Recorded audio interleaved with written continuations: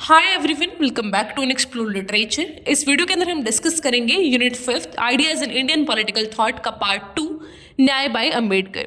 I hope आपने और सारी वीडियोस चेकआउट कर ली होंगी, इसका भी पार्ट फर्स्ट देख लिया होगा। अगर नहीं देखा तो पहले वो देखिएगा, तभी you can relate to part second. ठीक है। एंड ऑल्सो अगर आपने सब्सक्राइब नहीं किया है चैनल को तो प्लीज़ सब्सक्राइब कर दीजिए। Also share it with your friends और वीडियो को लाइक कमेंट करना ना भूलें। ऑल्सो गिव योर फीडबैक्स कि आपको कैसा लगा पूरा वीडियो, क्योंकि ये comments and feedbacks matters a lot to me. And also watch till the end ताकि आप किसी भी पार्ट को मिस ना करें। Now without wasting much of your time let's start the video. तो हमारा फर्स्ट पार्ट कंप्लीट हुआ था विद एनहाइलेशन ऑफ कास्ट, जो कि एक बुक है बाय डॉक्टर अम्बेडकर। तो वो हमने अच्छे से डिस्कस नहीं किया था पूरा बुक, जिसका एक सेपरेट वीडियो आएगा। अभी वी विल डिस्कस की जो डॉक्टर अम्बेडकर जी थे उनके आइडियाज़ क्या थे ऑन सोशल जस्टिस। पहली बात तो सोशल जस्टिस क्या होता है। सोशल जस्टिस का मतलब होता है सोसाइटल लेवल पे आपको जस्टिस मिलना, मतलब कि जो सारा सोसाइटी है उसको एक तरीके से देखा जाए, ना कोई छोटा हो ना कोई बड़ा हो। इस तरीके का जो जस्टिस होता है उसे बोलते हैं सोशल जस्टिस। तो डॉक्टर अम्बेडकर का ये मानना था कि किसी को सिर्फ एक पॉलिटिकल राइट देके कि भैया तुम्हें ना राइट टू वोट मिल गया, इट डजंट मीन वो आदमी इक्वल है।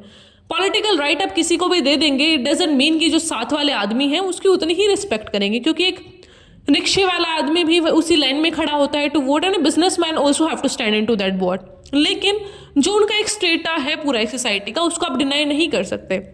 जो एक वो रिक्शा पुलर है जो इतनी मेहनत कर रहे हैं, still they are not getting that much. लेकिन जो एक बिजनेसमैन है वो बहुत ज़्यादा कमा रहे हैं और उनका जो सोशल स्टेटस है आप उसको बिल्कुल भी डिनाई नहीं कर पाते हैं एक एंड पॉइंट पे। तो ये बोल के कि भाई हाँ इनको तो इक्वल वोट ऑफ राइट, आप ये थोड़ी बोल सकते हैं। जो फैसिलिटी एक बिजनेसमैन के पास है वो एक रिक्शा पुलर के पास नहीं है।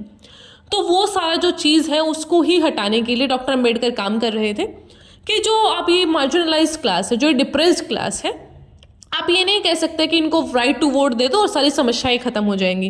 राइट तो मिलना ही चाहिए इनको वोटिंग का, साथ ही साथ इनको सोशल जस्टिस भी मिलना चाहिए, इनको इक्वल तरीके से ट्रीट किया जाए सोसाइटी के अंदर। तो ही वॉज कॉन्फिडेंट कि सिर्फ जो पॉलिटिकल जस्टिस है वो डिप्रेस्ड क्लासेस को आगे नहीं बढ़ा सकता, बल्कि इनको सोशियो इकोनॉमिक जस्टिस की ज़रूरत है, जिससे इनको सेल्फ रिस्पेक्ट और डिग्निटी मिलेगा। तो वो रिजर्वेशन की बात करते हैं पब्लिक एम्प्लॉयमेंट के अंदर कि भैया इनको आरक्षण दीजिए ताकि ये जो एम्प्लॉयमेंट है वो ले सके। ये अगर नौकरियां करेंगे तो आगे आएंगे, फिर आगे आएंगे तो अपनी जो क्लास के लोग हैं उनका भी ये भला कर पाएंगे। And the next topic is कि जो डॉक्टर अम्बेडकर है उनके क्या विचार थे नेशन एंड नेशनलिज्म के ऊपर, कि नेशन क्या होता है, नेशनलिज्म क्या होता है। तो जो डॉक्टर अम्बेडकर थे उनका मानना था कि जो एक नेशन है ना वो एक स्पेसिफिक फॉर्म ऑफ कॉन्शियसनेस है, जहाँ पे हम सोशल एंडोमोसिस और सोशल एमेलगमेशन की बात करते हैं। मतलब कि वो लोग हैं, ये ग्रुप ऑफ पीपल है एक तरीके से, जहाँ पे लोग इक्वलिटी, लिबर्टी, फर्टिनिटी की बात करते हैं। लेकिन जो नेशनलिज्म है वो एक एस्पायरेशन है कि हमें क्या करना है, to have a self defined political fraternity. एक आसान भाषा में बताऊं तो नेशन क्या है, वो एक कॉन्शियसनेस है, और नेशनलिज्म क्या है, वो एक एस्पायरेशन है। मतलब कि वो एक फीलिंग है कि हमें इस तरीके से अपना जो पॉलिटिकल फर्टिनिटी है, फर्टिनिटी का मतलब होता है ब्रदरहुड, उसको मेंटेन रखना है। ठीक है। नेशन को अगर जो हम स्टेट की बात करते हैं तो स्टेट क्या होता है, एक बाउंड्री है भैया, उसके अंदर एक सरकार होगी, उस फिक्स बाउंड्री के अंदर जो सरकार है वो रूल कर रही है, और वो जो लोग हैं उनका क्या होगा, एक पर्टिकुलर कॉमन एथनिसिटी होगी, कोई कल्चर वो शेयर करते होंगे। फॉर एग्जाम्पल हम भारत के लोग हैं, हमारा एक जो कॉमन पास्ट है, हमारा एक कॉमन कल्चर है। हाँ थोड़ा सा डाइवर्स है इंडिया, लेकिन still we share a past. तो वो जो सारी चीज़ें हैं वो हमें एक नेशन बनाती हैं और हमारे अंदर वो इंडियन वाली फीलिंग देती है कि भाई हाँ I am a proud Indian. तो वही चीज़ इन्होंने अपने जो नेशन और नेशनलिज्म के आइडिया है उसमें बताया। जो डॉक्टर अम्बेडकर हैं वो नेशनलिज्म को एक स्ट्रॉन्ग फीलिंग मानते हैं कि बड़ी इमोशनल सी स्ट्रॉन्ग फीलिंग है, एंड इसको रिमूव करना इज़ नॉट पॉसिबल। और इसके एब्सेंस में इंटीग्रेशन और ये जो सारी चीज़ें हैं वो इवॉल्व नहीं हो सकती इसका। लेकिन जो एग्रेसिव फॉर्म है ना वो इरेशनल है, वो फिर इंटॉलरेंस लाता है। अगर जैसे यूएसएसआर है, अब वो यही सोचने लग रहा है कि भाई मुझे तो एक्सपेंड करना है, जैसे पहले रशिया है सॉरी, कि मुझे जो पहला यूएसएसआर था ना वैसा ही पूरा सबको अपना जो टेरिटरी है वो एक बनाना है, यूक्रेन को ले लेना है, जो भी उसके पहले वाले एरियाज थे उनको ले लेना है। तो वो चीज़ें गलत हैं अब। तो फिर वो चीज़ों को फिर हम ये प्रूव नहीं कर सकते किसी भी रैशनल पे, क्योंकि वहाँ पे क्या हो गया, वो एग्रेसिव फॉर्म ऑफ नेशनलिज्म हो गई। हम ये नहीं कह सकते कि हम किसी और के राइट को दबा कर then we are following our own culture, कि भाई मेरा कल्चर डोमिनेंट था पहले, अब हम इसी कल्चर को फॉलो करेंगे, तो वो चीज़ें नहीं होनी चाहिए। Then the next topic is democracy. तो जो डेमोक्रेसी है उसको बहुत ज़्यादा एडवोकेट करते थे डॉक्टर अम्बेडकर, और उनके अकॉर्डिंग जो डेमोक्रेसी के पिलर्स हैं those are equality, liberty and fraternity. और वो ये भी बोलते थे कि जो इंडिविजुअलिज्म है और जो फर्टिनिटी है इनको मेंटेन करके रखना चाहिए। मतलब कि फर्टिनिटी मैंने पहले ही बताया, भाईचारा, एंड इंडिविजुअलिज्म इज कि अपना एक इंडिविजुअल सेल्फ, कि इंसान को अपने बारे में सोचना है, तो वो सारी चीज़ें हमें मेंटेन करनी पड़ेगी। अगर इंसान सिर्फ अपने बारे में सोचेगा तो as a society we can not prosper. तो हमें अपने बारे में भी सोचना है, सोसाइटी के बारे में भी सोचना है। आपका कोई भी कार्य ऐसा नहीं होना चाहिए जहाँ पे आप अपनी जो पूरी सोसाइटी है उसका नुकसान कर रहे हो। तो इस तरीके से आपको कोई भी वर्क करना चाहिए so that you can add your society. He also supported religion, कि भाई जो रिलीजन है वो हमें मिलजुल कर रहना सिखाता है, उससे ही हमारा डेमोक्रेसी है जो आया है। कि जो रिलीजियस की जो काफ़ी और सारे एस्पेक्ट्स हैं उनको हटा के देखें तो एक प्रॉपर तरीके का जो रिलीजन है वो हमें डेमोक्रेसी की तरफ ही लेके जाता है। एंड बुद्धिज़्म को वो काफ़ी ज़्यादा फिर यहाँ पे बताते हैं कि Buddhism is a very democratic aspect of religion, मतलब कि उसके अंदर बहुत सारे जो डेमोक्रेटिक एस्पेक्ट्स हैं बुद्धिज़्म के अंदर हमें मिलते हैं। फाइनली जो डॉक्टर अम्बेडकर हैं वो रियलाइज़ करते हैं कि हमें इस तरीके से हमारे जो आइडिया है उसको कॉन्सेप्चुलाइज करना पड़ेगा ताकि हम डिस्टिंग्विश कर पाएँ between the principles and rules in the society. तो रूल्स और जो प्रिंसिपल्स है सोसाइटी के उनको अलग अलग करके देखना पड़ेगा, that is very important. Then the next thing is constitution and constitutional morality. तो डॉक्टर अम्बेडकर जी का मानना ये था कि भैया कितना भी अच्छा आपने कॉन्स्टिट्यूशन बना लिया लेकिन अगर उसको लागू करने वाले अच्छे नहीं हैं तो that constitution will not be good. तो जो आपके लीडर्स हैं वो अच्छे होने चाहिए। तो ये बात वो बोलते हैं कि कॉन्स्टिट्यूशन में भी उसके क्रिटिक में भी लिखते हैं कि हमने ये कॉन्स्टिट्यूशन बना लिया लेकिन अगर ये इसके प्रिंसिपल्स के खिलाफ जाएगा, जिस प्रिंसिपल को ध्यान रखते हुए हमने बनाया है, तो I will be the first person who will burn it, मतलब कि मैं पहला आदमी हूँगा जो इसको जला देगा। तो यही मानते थे कि हमने ये इसलिए बनाया है ताकि लोगों को प्रोटेक्ट किया जा सके किसी भी टायरेनिकल रूल से। जैसे अंग्रेज आए उन्होंने रूल कर दिया तो कोई ऐसा शासक ना पैदा हो जाए बाद में कि कोई एक प्रधानमंत्री बना और फिर वो सीट ही नहीं छोड़ रहा है और फिर पूरा military rule and this things like that, तो वो चीज़ें ना हो। तो उससे बचाने के लिए हमने पूरा जो कॉन्स्टिट्यूशन है वो बनाया है ताकि लोग अपनी ड्यूटीज़ एंड राइट्स को समझ सके। तो डॉक्टर अम्बेडकर यहाँ पे बोलते हैं कि अगर हमें कॉन्स्टिट्यूशन को प्रोटेक्ट करना है, डेमोक्रेसी को प्रिजर्व करना है, तो constitutional morality is a very important thing. तो पहला पॉइंट वो देते हैं कि there was a need to hold fast to constitutional methods in a fight for social and economic objectives. मतलब कि हमें कानूनी तौर पर सारी चीज़ों को समझना चाहिए, सारे जो कानूनी मेथड्स हैं, जो कॉन्स्टिट्यूशनल मेथड्स हैं, उनको फॉलो करके सोशल और इकोनॉमिक ऑब्जेक्टिव्स हैं जो उनके साथ हमें लड़ना चाहिए। फिर सेकंड पॉइंट वो देते हैं कि भैया अंधभक्ति मत करो, किसी को भी ऐसा हीरो मत बना दो कि उसके पैरों में सारा डेमोक्रेसी ही दे के मार दिया तुमने कि आप ही हैं गुरुजी, आप जैसा लेके चलेंगे वी विल फॉलो दैट। तो ऐसा नहीं होना चाहिए। डेमोक्रेसी है ही इसलिए, कॉन्स्टिट्यूशन है ही इसलिए कि भैया जो संविधान है that is at the supreme, जो हमारा कॉन्स्टिट्यूशन है that is the supreme thing. उसको मानकर सारे लीडर्स, सारे जो हमारे PM and whoever the leaders are, president and all, वो सारे उसको मानेंगे। They are not the supreme commanders of that, ठीक है। तो कॉन्स्टिट्यूशन सुप्रीम होना चाहिए। कोई आदमी ऐसा नहीं कि उसको सारी पावर दे दो और कल को वो डिक्टेटरशिप पे आ जाए, तो वो चीज़ें नहीं होनी चाहिए। भक्ति करो, अंधभक्ति मत करो। Now coming on to a very important topic that is Poona pact 1932।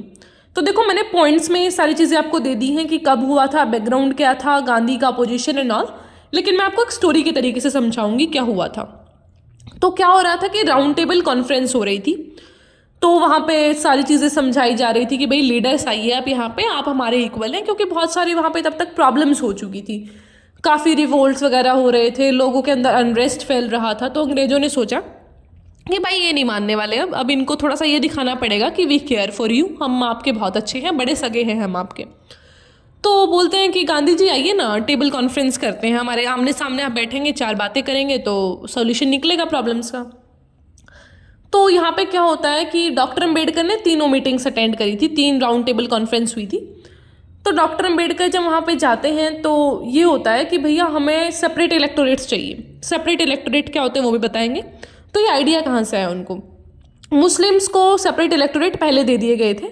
क्यों दिए गए थे? क्योंकि उनको लग रहा था, जो ब्रिटिशर्स थे, कि ये ना हिंदू और जो मुस्लिम्स हैं मिलके लड़ रहे हैं। अगर हम इनको अलग अलग कर दें, इनका कॉज ही अलग कर दें कि भाई देखो मुस्लिम्स, ये जो हिंदूज़ है ना ये मेजॉरिटी में है, हम तो चले जाएंगे, अगले जो आने वाला टाइम है हमारे जाने के बाद ये जो हिंदू हैं वो रूल करेंगे और तुम्हें दबाएंगे। ये उन्होंने भर दिया किसके कान में? मुस्लिम्स के कान में। लेकिन अब बारी थी डिप्रेस्ड क्लास की भी। अब अंग्रेज ये तो फील कर पा रहे थे, देखो ये नहीं था कि ब्रिटिशर्स ने सारे डिफरेंसेस पैदा किए थे, डिफरेंसेस पहले से ही थे, लेकिन उन्होंने इस चीज़ को समझा कि हिंदूज़ के अंदर भी ये प्रॉब्लम चल रहा है और हम इस जो डिप्रेस्ड क्लास है उसको अलग निकाल सकते हैं, इनको अपने साथ ले लो। तो ये क्या करते हैं, डॉक्टर अम्बेडकर को अपने साइड करने की कोशिश करते हैं कि भाई हम आपको भी सेपरेट इलेक्टोरेट्स दे सकते हैं। मतलब कि पहले डॉक्टर अम्बेडकर ने मांग करा उसका कि अगर आपने मुस्लिम्स को दे दिया ना, हमें भी दे दो, क्योंकि हिंदू सोसाइटी में हमें इज्जत नहीं मिल रहा है, वी वॉन्ट सेपरेट इलेक्टोरेट्स। अब सेपरेट इलेक्टोरेट्स क्या है? सेपरेट इलेक्टोरेट्स का मतलब है एक सोसाइटी है ए, एक सोसाइटी है बी। ए सोसाइटी के अंदर मुस्लिम लोग ज़्यादा रहते हैं, ठीक है, ये लेटेस्ट से कि 10 फ्लैट है, 8 फ्लैट्स में मुस्लिम लोग रहते हैं, तो यहाँ पे मुस्लिम्स हो गए मेजॉरिटी में। तो जो एरिया जहाँ पे मुस्लिम्स मेजॉरिटी में थे वहाँ पे क्या होगा, इलेक्शन में खड़े भी मुस्लिम्स ही होंगे और उनको वोट भी सिर्फ मुस्लिम्स ही देंगे। इसको बोलते हैं सेपरेट इलेक्टोरेट्स। तो इसी तरीके से अगर दलित्स को वो मिलता तो क्या होता, दलित आदमी ही खड़ा होता और दलित ही उनको वोट देते, बाकियों को वोट का राइट नहीं होता। मतलब कि आप अलग से हट गए बिल्कुल इलेक्शन की प्रोसेस से, सेपरेट हो गए, आप ही खड़े हो रहे हैं इलेक्शन में और आप ही के लोग आपको वोट दे रहे हैं। This is separate electorates. अब गांधी जी को लगा कि यार ये तो हिंदू सोसाइटी में डिफरेंस कर देगा, मुस्लिम पहले ही अलग हो चुके हैं, अगर अब डिप्रेस्ड क्लास भी अलग चला गया तो this will be very problematic. तो गांधी जी बोलते हैं कि देखो मैं बिल्कुल नहीं सहूँगा ये चीज़, मैं तो उस पर चला जाऊँगा आंदोलन पे।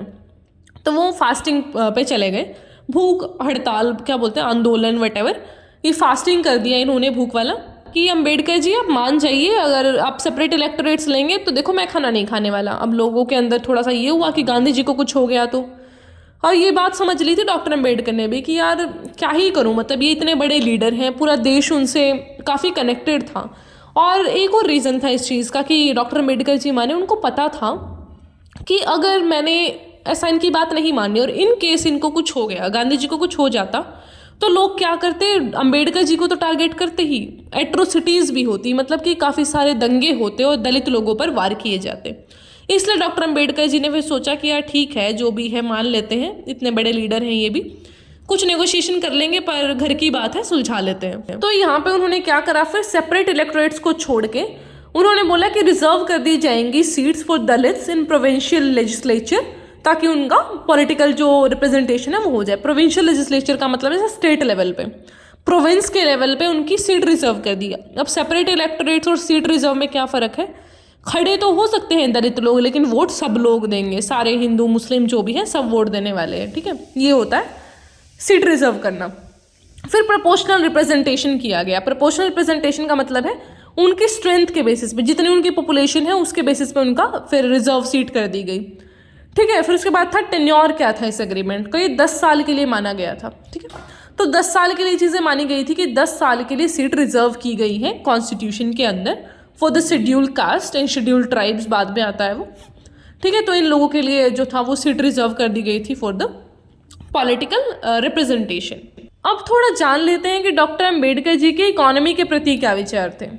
तो डॉक्टर अंबेडकर एक वेल एजुकेटेड पर्सन थे, we all know, and he was a economist.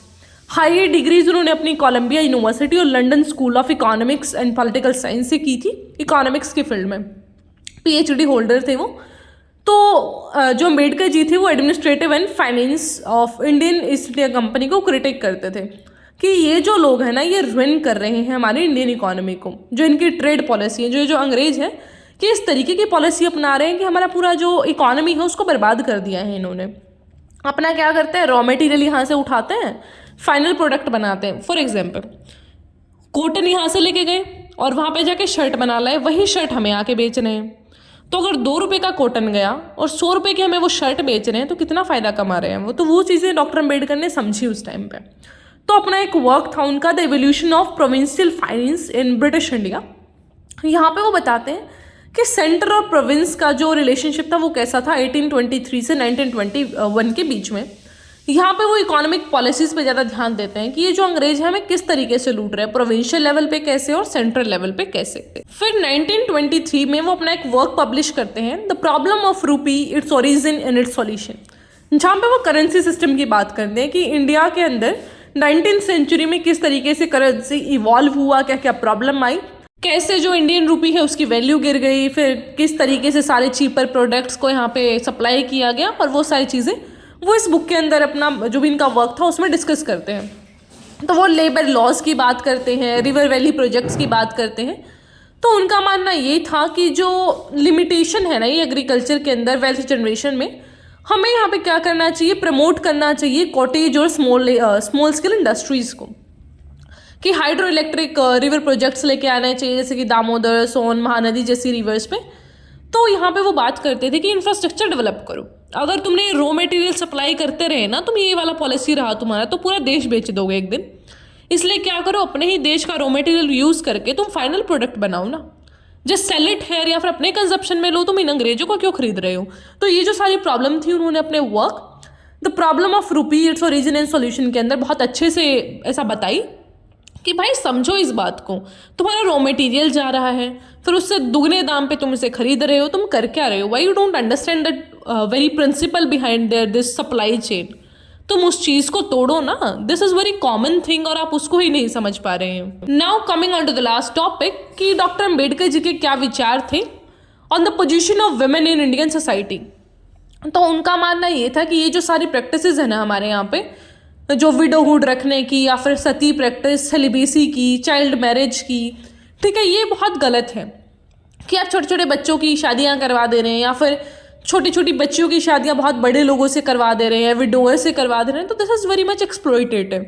आपको जो हमारा ये हाफ ऑफ द पॉपुलेशन है उसको इग्नोर नहीं करना है, उनसे हमारी इकोनॉमी को, हमारी सोसाइटी को कितना कुछ मिल सकता है। यू शुड अंडरस्टैंड दैट कि जो विमेन है those are the equal half in the society.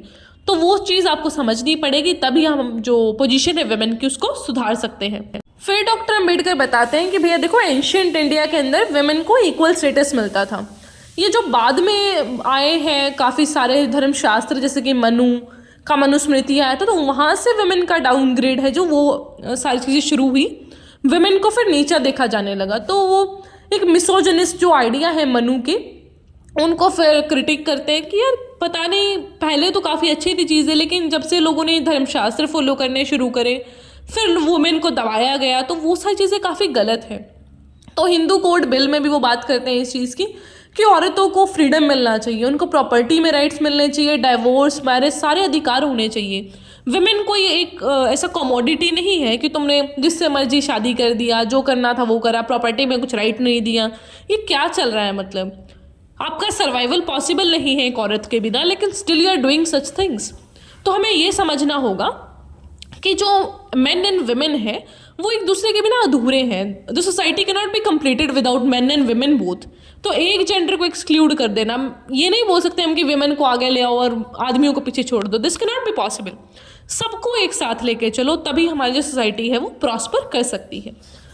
तो इसी के साथ हमारा पूरा यूनिट कंप्लीट होता है। आई होप आपको समझ आया होगा। कोई क्वेश्चन, क्वेरी जो भी है उसे पूछ लीजिएगा, और अगर चैनल को सब्सक्राइब नहीं किया है तो प्लीज़ वो भी कर लीजिएगा, and also share it with your friends. I'll meet you in the next video. Till then, take care, stay happy, stay healthy.